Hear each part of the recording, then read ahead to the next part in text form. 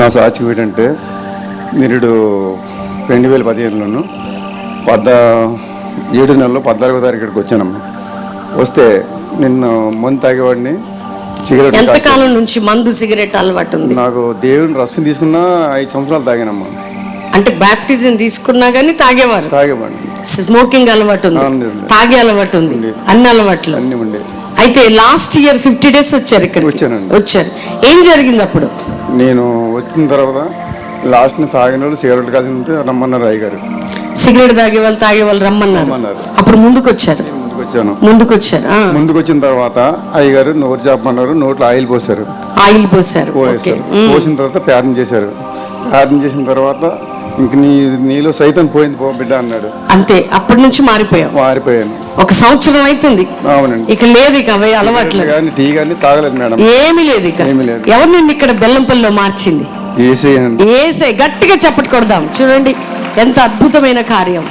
సంవత్సరాల అలవాటు ఉంది. మారు మనసు పొంది బ్యాప్టిజం తీసుకున్నా, చర్చికి వెళ్తున్నా, ప్రభు బల్లలో ఉన్నా తాగేవాడట, స్మోక్ చేసేవాడట. కానీ ఇక్కడికి వచ్చాక ప్రేయర్ ఆయిల్ దైవజనుడు నోట్లో పోసి ప్రార్థించాడు. ప్రభు ఆలకించాడు, ప్రభు విడిపించాడు. ఈరోజు సాక్షిగా నిలబెట్టాడు. ఏం జరిగింది తల్లి? మోకాళ్ళ నొప్పులు ఏడాది ఈ బొక్క ఇరిగిందంటే రుద్ర హాస్పిటల్ ఎక్స్రే తీపిచ్చి కట్టిపించుకున్నా. 8 కట్లు కట్టిపించిన తక్కువ కాలే. ఇప్పుడు ఏం జరిగింది? 10,000 పెట్టి హాస్పిటల్ చూపెట్టుకున్నా. ఇయ్యాలని వచ్చిన నేను ఇరిగిన పాస్టర్ దానికి వచ్చిండు. తోలేసిపోయిండు. అడుగు లేపి పెట్టరాలేదు. అడుగు తీసి అడుగు పెట్టరాలి. ఇప్పుడు స్వస్థత జరిగింది. పరిగెత్తి ఒకసారి గట్టిగా చెప్పకూడదాం. పరిగెత్తాలిక.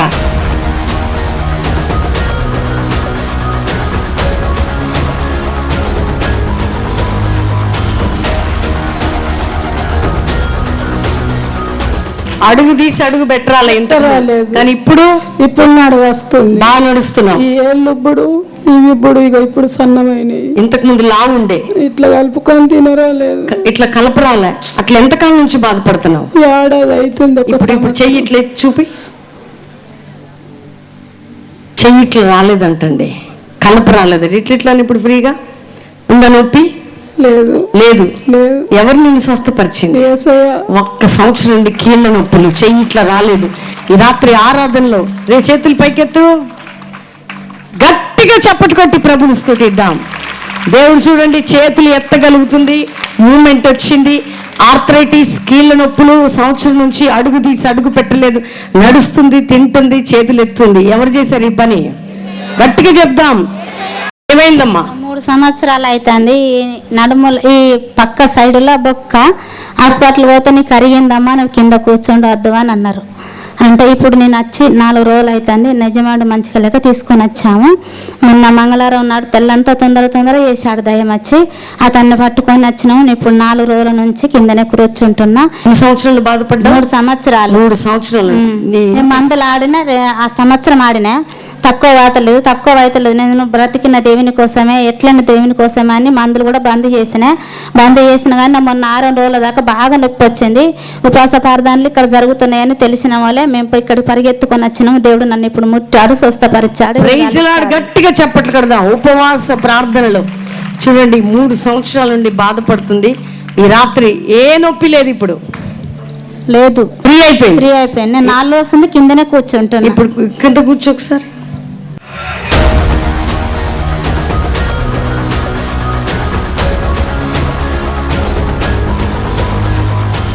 వెళ్ళ కూరగాయలు కోసుకుంటానికి కింద కూర్చోండి. కూరగాయలు కోసుకుంటే మా బాబు వచ్చి నన్ను లేపేది. నాకు లేవరాకపోయేది. నాకు అసలు నేను కింద కూర్చుంటలేను. చర్చికి వెళ్ళినా నేను కుర్చీలో కూర్చుంటే నాకు చాలా బాధ అనిపిస్తున్నది. చాలా దుఃఖం కూడా వేస్తున్నది నాకు. నేను చాలా బాధపడుకుంటా, అర్థం చేసుకుంటాను. బాగా అయిపోయింది. ఇప్పుడు కూర్చుండి 4 రోజులు వచ్చింది కూడా కిందనే కూర్చోండి. చెప్పకూడదాం. చూడండి దేవుడు తన ఇంటి యజమానుడు బాగా లెక్క తీసుకొచ్చింది, కానీ తనని ప్రభు స్వస్థపరిచాడు. వెళ్ళి ఏమైందమ్మా? 5 నెలల నుంచి నాకు విపరీతంగా తలనొప్పి ఉన్న, అంతలో బేరి నాకు తుమ్ములు అలర్జీ ఉన్న. పొద్దున్న లేసింతలో ఒక చెంబులో నీళ్లు చెయ్యి పెడితేగిన తుమ్ములు చాలా విపరీతంగా వస్తున్నా. నిన్న ఈ ఆ తలనొప్పి కోసము చనిపోవాలనిపిస్తున్నా. ఈ నొప్పి భరించలేకుంది నాకు. ప్రభు ఎందుకు ఇంత తలనొప్పి అని నిన్న వచ్చిన తల్లి ప్రార్థించగా దేవుడు తుమ్ముల నుంచి, అలర్జీ నుంచి, మరి తలనొప్పి నుంచి విడుదల అవుతుంది తల్లి. మీరు వచ్చి నిన్న వచ్చారు. ఎక్కడి నుండి వచ్చారు? బళ్ళారి నుండి వచ్చారు. ఎంతకాలం నుంచి అలర్జీ నీకు? సంవత్సరం నుంచి నీళ్లు తాగి పొద్దున్న తాగిన వెంటనే స్టార్ట్ అవుతున్నా. కానీ ఇక్కడికి వచ్చాక ప్రభు స్వస్థపరిచారు. నిన్న స్వస్థతపరిచి నిన్నటి నుంచి అసలు వర్షం వచ్చింది, చాలా తుమ్మాల్సి ఉన్నింది, తలనొప్పి ఇంకా విపరీతంగా రావాల్సి ఉన్నింది, కానీ అస్సలు రాలేదు. దేవుని కృప నా మీద ఉంది. దేవుడు అభిషేకించినాడని నేను నమ్ముచున్నాను. Praise lord. గట్టిగా చెప్పండి కొడదాం. బళ్ళారి నుండి ఉపవాస ప్రార్థనలకి మేమెవరూ ప్రార్థన చేయలే. ఈ బిడ్డనే ఇక్కడికి రాగానే ప్రార్థనలో ఉన్నప్పుడు ప్రభువు స్వస్థపరిచాడు. దేవునికి మహిమ. గట్టిగా. ఎందుకంటే ఉపవాస ప్రార్థనలో మేం ప్రార్థన చేస్తాం, రమ్మని మిమ్మల్ని పిలవట్ల.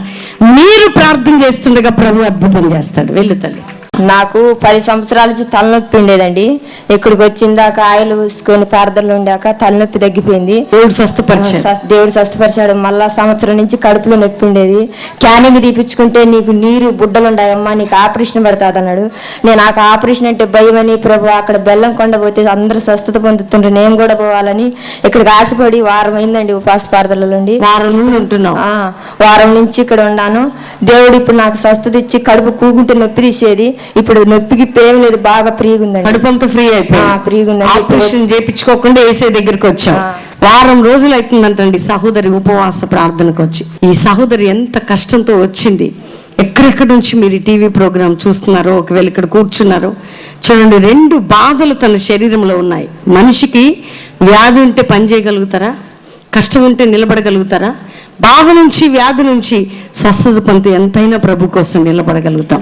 కొంతమంది అంటారు బాహ్య స్వస్థత ఎందుకు అంటారు. బాహ్య స్వస్థత ఎందుకంటే దేవుడు కనికరపడి స్వస్థపరుస్తాడంతే. ఒకవేళ నీ శరీరం మూలుగుతుంటే నువ్వు మందిరానికి వెళ్తావా? దేవుని ఆరాధించగలుగుతావా? కానీ తన స్వస్థ ఆశతో వచ్చింది, ఆపరేషన్ చేయించుకోవాల్సింది.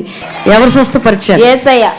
ఇప్పుడు ఏ బాధ లేదు నీకు? ఏ బాధ లేదు. ఏ ఊరు నుండి వచ్చావు తల్లి? ప్రకాశం జిల్లా అండి. ప్రకాశం జిల్లా మార్కాపురం. Praise the lord. వెళ్ళు తల్లి. చాలా రోజుల నుంచి నడుము నొప్పితో బాధపడుతున్నాను. రాత్రి వెహికల్లో వచ్చినప్పుడు కూడా కూర్చోలేకపోయాను. అయితే ఇప్పుడు నడుముకి మమ్మీకి ఆయిల్ రాసుకోమన్నప్పుడు ఒక నడుము కట్టు కట్టినట్టే నాకు అనిపించింది. నడుము మీద ఆయిల్ పెట్టి ప్రేర్ చేసుకున్నావమ్మా? స్వస్థత జరిగింది. కట్టు కడితే గట్టిగా అలా ఉంటుందో హాయిగా సపోర్ట్ దొరికింది. అలా సపోర్ట్. నొప్పి లేదు నీకు? అవును, నొప్పి లేదు. ఎంతకాలం నుంచి బాధపడ్డా? చాలా రోజుల నుంచి మమ్మీ. అరగంట కూడా కూర్చోలేకపోయేదాన్ని, ఊరకనే వాలిపోతా ఉండేదాన్ని. ఒక అరగంట కూర్చొని ఏదైనా కూరగాయలు తరగంగా ఎమ్మటే పడుకునేదాన్ని. అలాంటిది ఇప్పుడు దేవుడు నడుము బాగా కొంచెం బలంగా ఉన్నట్టు అనిపించింది, బలం వచ్చినట్టు అనిపించింది. ఎక్కడి నుండి వచ్చావు? గుంటూరు జిల్లా అచ్చంపేట. గుంటూరు జిల్లా. 12 గంటలు వెహికల్లో కూర్చుంటే అల్లాడిపోయారా, నొప్పి తట్టుకోలేక. కానీ ఇప్పుడు నీకు ఆ బాధ లేదు. అసలు నడుముకి ఏదో కట్టినట్టు అనిపిస్తుంది. ఫ్రీ అయిపోయింది. ఇప్పుడు వంగి చూసుకో ఒకసారి. ఏం లేదు, నొప్పి ఏమి లేదు. చూడండి, ఎంతో ఆశతో వచ్చిన బిడ్డలు ఎవరు స్వస్థపరుస్తున్నారు. గట్టిగా చెప్దాం. కళ్ళు బాగా తాగేది. నేను బాప్టిస్టులు తీసుకున్న కూడా బాగా తాగేది కళ్ళు. ఇక్కడికి వచ్చి మళ్ళీ ఇంటికి పోయి 2 రోజులు ఉండి వచ్చిన. అక్కడ కళ్ళుకు పోనిస్తలేదు, మళ్ళా బంద్ అయిపోయింది. తాగుడు లేదు ఇప్పుడు కళ్ళు. ఎంతకాలం నుంచి అలవాటు ఉండేది? చిన్నప్పటి నుంచి కుటుంబం కూడా ఈడాకలు అయిపోయింది తాగుడు వల్ల అందులో మంత్రాలు శక్తులు బాగుండే. ఈడాకలు అయిపోయింది. పిల్లల ముఖం నాకు లేదు, నా ముఖం పిల్లలకు లేదు. ఇక నేను చెప్పాలని లేదు. ఇప్పుడే ఇది సాక్ష్యం చెప్పుడు. ఎప్పుడు వచ్చావు ఇక్కడికి? శనివారం వచ్చా. అప్పుడు ఇంటికి వెళ్ళాక ఇక తాగబుద్ధి అయితలేదు, నాకు తాగట్లు అనిపిస్తలేదు. పూర్తిగా మారిపోయావు ఇప్పుడు? పూర్తిగా మారిపోయాను. దేవుడు ఎక్కడున్నా కూడా తలుగుతున్నాడు నాకు. ఇప్పుడు నీకు దేవుడు తెలిసాడు, ఇక ఏసైని పరిచయం అయిపోయాడు. ఇప్పుడు తాగుడు ఇచ్చిపెట్టావా? లేదు. పొద్దున్న లేస్తే తాగేవాడివి? పొద్దున్న లేస్తే ముఖం కడుక్కన్న మొదలే కళ్ళు మీద ఉండేవాడు. ఇప్పుడు కళ్ళు జోలే బుద్ధి అయితలేదు అసలు. ఇప్పుడు ఎవరు నిన్ను మార్చింది ఇక్కడ? దేవుడు. ఏ దేవుడు? యేసయ్య. గట్టిగా చెప్పడు.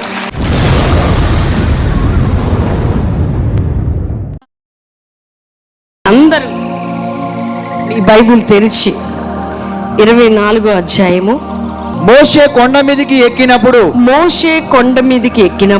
ఆ మేఘము కొండను కమ్మెను. ఆ మేఘము కొండను కమ్మెను. యెహోవా మహిమ సీనాయి కొండ మీద నిలిచెను. యెహోవా మహిమ సీనాయి కొండ మీద నిలిచెను.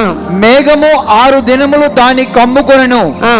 7వ దినమున ఆయన మేఘములో నుండి మోషేను పిలిచినప్పుడు యెహోవా మహిమ ఆ కొండ శిఖరము మీద దహించు అగ్ని వలె ఇశ్రాయేలీల కన్నులకు కనబడెను. యెహోవా మహిమ కొండ శిఖరం మీద దహించు అగ్ని వలె ఇశ్రాయేలీలకు కనపడెను. అప్పుడు మోషే ఆ మేఘములో ప్రవేశించి కొండ మీదికి ఎక్కెను. మోషే ఆ కొండ మీద రేయింబవలు 40 దినములుండెను. 40 దినములు. గట్టిగా చప్పటి కొట్టి దేవుని స్తుతిద్దాం. ఎన్ని దినాలండి? అందరు చెప్పండి. మోషేతో దేవుడు అంటున్నాడు, మోషే నువ్వు సీనాయి కొండ మీదకి వచ్చేసే. గట్టిగా చప్పటి కొడదాం. ఎక్కడ రమ్మంటున్నాడు? ఎక్కడికి? సీనాయి కొండ మీదకి నువ్వు రావాలి. ఎందుకు అంటే నేను నీకు కొన్ని ప్రత్యేకమైన సంగతులు చెప్పబోతున్నాను. ఎన్ని దినాలు ప్రభు అంటే 40 పగళ్ళు, 40 అంటే 40 దినములు నీవు కొండ మీద నాతో గడపాలి. దేవునికే స్తోత్రము కలుగును గాక. ఆ కొండపైకి ఎక్కి నీవు నాతో గడపాలి. నేను నీతో చాలా విషయాలు చెప్పబోతున్నాను. అప్పుడు మోషే ఏం చెప్తున్నాడు అంటే, ఇశ్రాయేల్ పెద్దల్ని అక్కడ దాకా తీసుకెళ్ళాడు.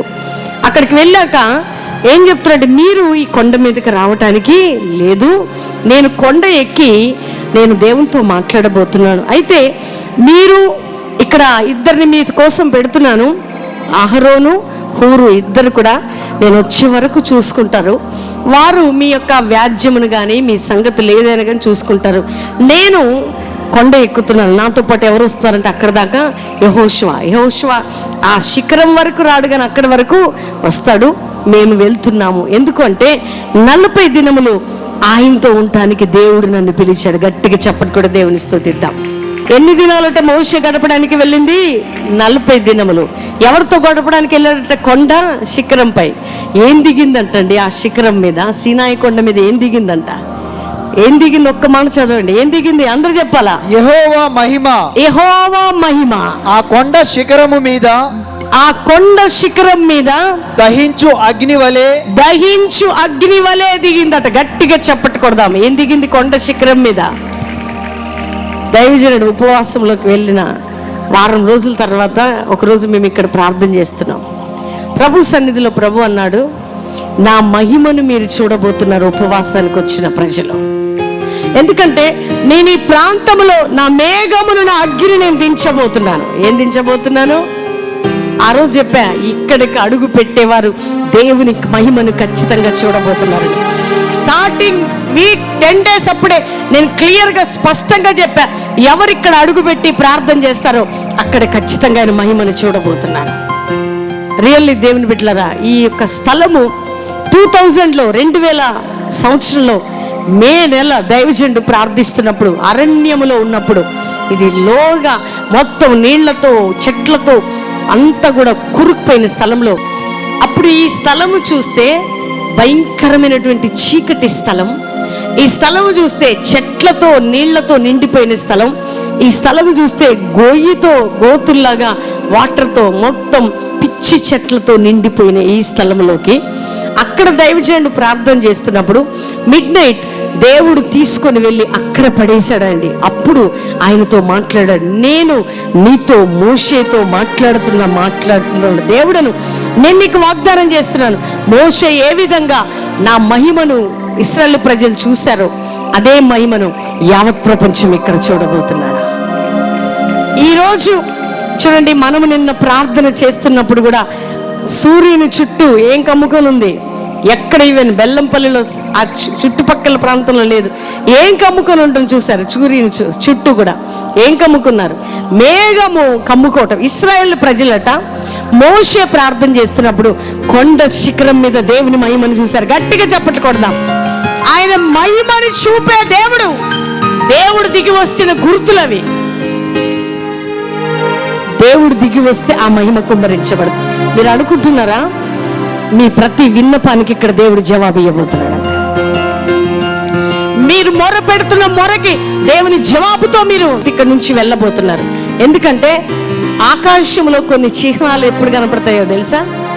అది ఎక్కడ ప్రభు శక్తి దిగితే, ఎక్కడ ప్రార్థన ఉంటే అక్కడ దేవుడు దిగి వస్తాడు. కొండ శిఖరం మీద ఏమి దిగి వచ్చిందంటండి? సీనాయి కొండ మీద దిగి వచ్చిన మహిమని నిన్నటి దినాన ప్రార్థనలో మనం చూసాం. ఎంతమంది చూసారు? నిన్న చేతులు పైకెత్తండి. రియల్లీ ఆ వర్షిప్ పెట్టి ఆ ప్రేయర్ చేస్తున్నప్పుడు ఎట్లాంటి ప్రభావం, ఆ షేక్ అయిపోతుందండి ఆ బాడీ. అనాయింటింగ్ ఓవర్ఫ్లో అవుతుంది. దేవుని ఆత్మ స్పష్టంగా ఆయన ఆత్మ దిగి రావడం మనం చూస్తున్నాం. ఆ సూర్యుని చుట్టూ కూడా మీరు చూశారు, వలయాకారములో మేఘములు అగ్ని కమ్ముకోవటం. ఎందుకంటే దేవుడు నీ ప్రార్థన విన్నాడని గుర్తుదే. రియల్లీ ఇది 100% సత్యం. ఎవరైతే ఈ ప్రాంగణంలో ఆ క్షణంలో ఉన్నారో మీ కుటుంబాల్లో, మీ జీవితాల్లో దేవుడు ఒక అద్భుతం చేయబోతున్నాడు. మీరు వచ్చిన స్థలము సాధారణమైన స్థలము కాదు. మీరు వచ్చిన స్థలము సాదా స్థలము కాదు. దేవుడు దర్శిస్తున్న స్థలంలో అడుగు పెట్టారు. దేవుడు మాట్లాడుతున్న స్థలంలో అడుగు పెట్టారు. నీ కుటుంబంలో ఏ పోరాటాలు ఇక్కడ ఇశ్రాయేలు ప్రజలు ఆ మహిమను చూశారంటండి. మోషే సీనాయి పర్వతం పైకి ఎక్కినప్పుడు ఆ కొండ మీద ఏం దిగింది చూడండి. అక్కడ ఏం దిగుతుందండి? ఏం కుమ్మరించబడుతుంది? ఇప్పుడు అదే దుప్పటి కింద మీరున్నారా? ఆ మేఘము, ఆ మహిమ ఇలాగ దిగుతుంది. అది ఇశ్రాయేలు ప్రజలు. ఆ వర్డ్ చదవండి బ్రదర్. ఎవరు చూస్తున్నారట అదంతా? యెహోవా మహిమ, యెహోవా మహిమ ఆ కొండ శిఖరము మీద, ఆ కొండ శిఖరం మీద దహించు అగ్ని వలె ఇశ్రాయేలీల కన్నులకు కనబడెను. ఇశ్రాయేలీల కన్నులకు కనపడి. గట్టిగా చెప్పకూడదు. నేను అడిగాను నిన్న ప్రభువుని, అయ్యా ఒక్కసారి దీని వివరణ చెప్పయ్యా అని ప్రార్థన చేశాను. దీన్ని నేను ఇది వివరించాలి, నువ్వు నాకు వర్డ్తో సహా, వాక్యంతో సహా చూపించు. నేను వ్యక్తిగతంగా ప్రభువుని అడిగాను. అప్పుడు ప్రభువు నాతో నిర్గమాకాండము 24వ అధ్యాయం 12వ వచనం చదవమన్నాడు. నిన్న ఆ మహిమ, ఆ వలయం చూశాక ప్రభు నాతో అన్నాడు, నువ్వు చదువు అంటే, మోషే సీనాయి కొండ మీదకి ఎక్కినప్పుడు, మోషే సీనాయి కొండ మీద ప్రార్థన చేస్తున్నప్పుడు ఇశ్రాయేలు ప్రజలు దేవుని మహిమను చూశారు. గట్టిగా చెప్పకూడదా? అదే మహిమ నా కుమారి నేను కుమ్మరించిన దేవుడను. అదే మహిమ ఇక్కడ కుమ్మరించబడింది. ఎందుకంటే నా మహిమను ప్రతి ఒక్కరూ అడుగు పెట్టేవారు మరలా చూడబోతున్నారు. సహోదరి సహోదరుడా, మోషే కొండెక్కినప్పుడు దేవుని మహిమను ఎవరు చూశారు? మీరందరూ చూడాలి దేవుని మహిమనే. మేఘం వస్తుంటే మోషే ఎక్కడున్నాడు? కొండ శిఖరంపై దిగుతుంది. ఏంటది? మేఘం, అగ్ని. ఆ రోజు ఏ ప్రార్థన చేస్తే ఆ మహిమ దిగిందో అదే మహిమ దిగుతుంది నీ ప్రార్థన ద్వారా. దైవజనులు అక్కడ ప్రార్థనలో కొండెక్కినప్పుడు చూడండి, దేవుని మహిమ, అగ్ని అది దిగుతున్నప్పుడు మోషే ఆనందిస్తున్నాడండి. ఎందుకంటే దేవుడే దిగి వస్తే ఎంత ఆనందం ఉంటుంది, ఎంత సంతోషం, ఎంత చూడగలుగుతాను. ఇట్లా చూస్తున్నారు, నిన్న అట్లా చూస్తున్నారు, కళ్ళు పగిలిపోతాయి అనిపిస్తుంది. ఎందుకంటే ప్రభు, నేను అడిగాను, ప్రభు దీనికి అర్థం నువ్వు నాకు చెప్పు, ఇది నాకు సూచన కదా, నువ్వు చూపించావు కదా ఇక్కడ ఉన్నట్లు, దీనికి అర్థం నువ్వు చెప్పంటే వెంటనే దేవుడు రిఫరెన్స్ చెప్పాడు. నిర్గమాకాండం 24వ అధ్యాయం 12వ వచనం నుండి చదువు. నా మహిమను ఇశ్రాయేలు చూసినట్టు నా మహిమను బెల్లంపల్లి పట్టణ ప్రజలు చూస్తున్నారు. నా మహిమని ఇక్కడ అడుగుపెట్టిన వారు చూస్తున్నారు. మోషే సీనాయి కొండెక్కినప్పుడు ఏం జరిగిందో నా దైవజనుడు ప్రార్థన చేస్తుండగా, నా ప్రజలు ప్రార్థన చేస్తుండగా నా మహిమను, నా మేఘాన్ని చూస్తున్నారు. అంతే, దీనికి నో డౌట్ ఇదే ఆన్సర్. చెప్పు అన్నాడంతే యేసయ్య. ఎంత కరెక్ట్గా ఉందండి ఆన్సర్. దేవుడు ఆన్సర్ ఇస్తే అట్లుంటుంది. ఈరోజు నువ్వు మేఘంలో ఉన్నావా? ఇంకా ఆ మహిమ దిగుతూనే ఉంది, కుమ్మరించబడుతూనే ఉంది. ఇంకా ప్రసన్నత ఇక్కడ తిరుగుతూనే ఉంది. నువ్వు ఎక్కడ కూర్చుంటే అక్కడ దేవుడితో వచ్చి నీ పక్కలో నిలబడుతుంది. దేవుని మేఘము కమ్ముకొని ఉంది. పరిశుద్ధాత్మ దేవుడు సంచరిస్తూ ఉన్నాడు. అపవాది గడగడగడగడ వణికిపోతుందండి. ఎందుకు తెలుసా? వాని రోజులు దగ్గర పడ్డాయి. ఆమెనని చెప్పండి, వాని రోజులు దగ్గర పడ్డాయి. ఇక వారి కాలం అయిపోయింది ఇక. ఎందుకంటే దేవుడు నీ కుటుంబంలో మారని మధురంగా మార్చబోతున్నాడు. దేవుడు నీ సంఘంలో అద్భుతం చేయబోతున్నాడు. చెన్నై నుండి వచ్చావా, బాంబే నుండి వచ్చావా, కలకత్తా నుండి వచ్చావా, ఎక్కడి నుండి వచ్చావు, దేవుని మహిమతో ఇక్కడి నుంచి నువ్వు వెళ్ళబోతున్నావు. దేవుని శక్తితో ఇక్కడి నుంచి వెళ్ళబోతున్నావు. దేవుని ప్రసన్నతతో వెళ్ళబోతున్నావు. దేవుడు ఇక్కడికి ఎందుకు తీసుకొచ్చాడో తెలుసా? తన మహిమను నీకు చూపించడానికే. మోషే కొండ ఎక్కినప్పుడు సీనాయి పర్వతంపై, సీనాయి కొండపై దిగిన అదే మహిమ బెల్లంపల్లి పట్టణంలో 50 దినాలు ఈ ప్రాంతం అంతా కూడా కుమ్మరించబడుతూ ఉంది. దేవుడు కదులుతున్నాడు. దైవ సేవకులతో ఎన్నో విషయాలు చెప్తున్నాడు. దేవుడు నాతో ఎన్నో విషయాలు చెప్తున్నాడు. ఈరోజు ఈ ప్రార్థనలో మేము తెలుసుకుంటున్నది ఏంటంటే, ప్రభు ఇంకా ఏదో చేయబోతున్నాడు తన ప్రజల విషయంలో. కొండ శిఖరం మీద ఏముంది? మేఘం. ఇప్పుడు మీరు ఎక్కడ నడుస్తున్నారు? అగ్ని క్రింద నడుస్తున్నారు, మేఘం క్రింద నడుస్తున్నారు. మీ స్తోత్రాలు దేవుని సన్నిధికి వెళ్తున్నాయి, మీ స్తుతులు దేవుని సన్నిధికి వెళ్తున్నాయి, మీ ప్రార్థనలు దేవుని సన్నిధికి వెళ్తున్నాయి, మీ ధూపము దేవుని సన్నిధికి వెళ్తుంది. ఎందుకంటే నీ ప్రతి కన్నీటి బిందువుని దేవుడు తుడిచి నీకు ఒక విడుదలిచ్చే దినమే ఈ యొక్క ఉపవాస దినాలు సహోదరి. అందుకని నీకు శుభవార్త. ఎందుకంటే ప్రపంచాన్నంతా బెల్లంపల్లి రమ్మంటుంది, మా దగ్గరికి కాదండి, యేసయ్య దగ్గరికి. అందరూ చెప్పండి. మీరు అనుకుంటుండొచ్చు, అక్కడ మా ఊర్లో లేడా యేసయ్య, మా చర్చిలో లేడా యేసయ్య? ఎక్కడైనా ఉంటాడు యేసయ్య. ఉంటాడా? ఉంటాడు. కానీ ఎక్కడ ప్రార్థన ఉంటే అక్కడ ఉంటాడు ఆయన. అర్థమైంది? ఎక్కడ ఆయన నామములో 2, 3 కూడి ఉంటారో అక్కడ నేను ఉంటాను. ఇక్కడ వేల మంది ఏడుస్తున్నారు, కన్నీరు కారుస్తున్నారు, ప్రార్థనలు జరుగుతున్నాయి. కొండ ఎక్కాడు. ఏ కొండ ఎక్కాడు దైవజనుడు? మేమిద్దరం కొండ ఎక్కాము. ఏ కొండకి ఎక్కాము చెప్పండి అందరూ? ప్రార్థనని కొండ. అందరు చెప్పండి. యేసయ్య ఒలీవ కొండకి వెళ్ళాడు. యేసయ్య చీకటిగా ఉన్నప్పుడు కొండ ఎక్కాడు. ఎందుకు ఎక్కాడంటే ప్రార్థనని కొండ ఎక్కితే ఏం దిగుతుందో తెలుసా? నీ జీవితంలో దేవుని మహిమ నీపై కుమ్మరించబడుతుంది. ఈ 50 days నీకు శుభవార్త ఏంటంటే, నువ్వు సాధారణమైన స్థలానికి రాలేదు, అసాధారణమైన స్థలానికి వచ్చావు. నువ్వు సాధారణ వ్యక్తిగా వచ్చి నువ్వు అసాధారణమైన శక్తితో వెళ్ళబోతున్నావు.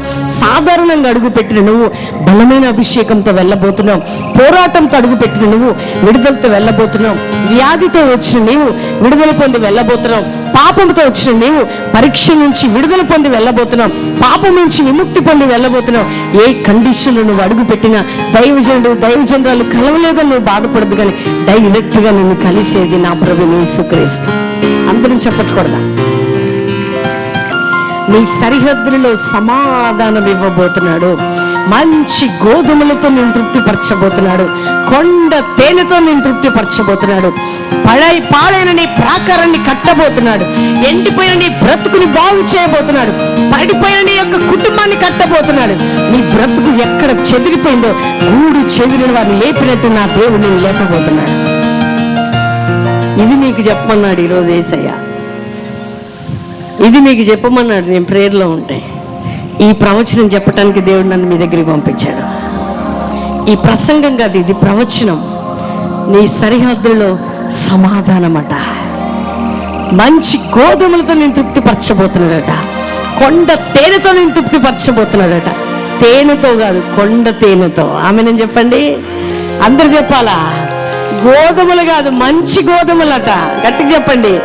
నీ సరిహద్దులలో సమాధానం సమాధానం సమాధానం సమాధానం సమాధానం ఉండబోతున్నది. ఎక్కడి నుంచి వచ్చి ఇక్కడ కూర్చున్నావు బ్రదర్? ఎక్కడి నుంచి ఎక్కడ కూర్చున్నావు సహోదరి? నువ్వు అనుకుంటున్నావు, పాస్టర్ గారు కలిస్తే బాగున్నావు, అమ్మ కలిస్తే బాగున్నావు, ప్రార్థన చేయించుకోవాలి అనే ఆశ నీకుందా? మేము నిన్ను కలవలేదు, కానీ యేసయ్య నిన్ను కలిశాడు. నువ్వు బాగుపడవని ఎవరైనా అన్నారా? ఈరోజు యేసయ్య అంటున్నాడు, నేను నిన్ను బాగు చేస్తాను, నీ గాయాన్ని నేను కడతాను, నీ బ్రతుకు నేను లేపుతాను. అందుకే మీరు ఇశ్రాయేలు ప్రజలు దేవుని మహిమను సీనాయి కొండ మీద చూడడానికి ఎలా వచ్చారో, మోషే కొండ ఎక్కినప్పుడు ఏం జరిగిందో అదే జరగబోతుంది. ఇదే శుభవార్త దేవుడు మీకు తెలియజేయమన్నాడు. లేచి నిలబడదాం అందరం.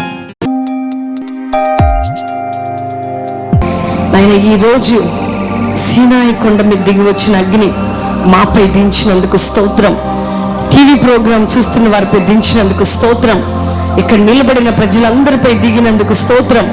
టీవీ ప్రోగ్రాం చూస్తున్న బిడ్డలు నీ కొరకు మండాలి. ఇక్కడికి వచ్చిన ప్రజలందరిలో ఆ మహిమ చూడాలి ప్రభా.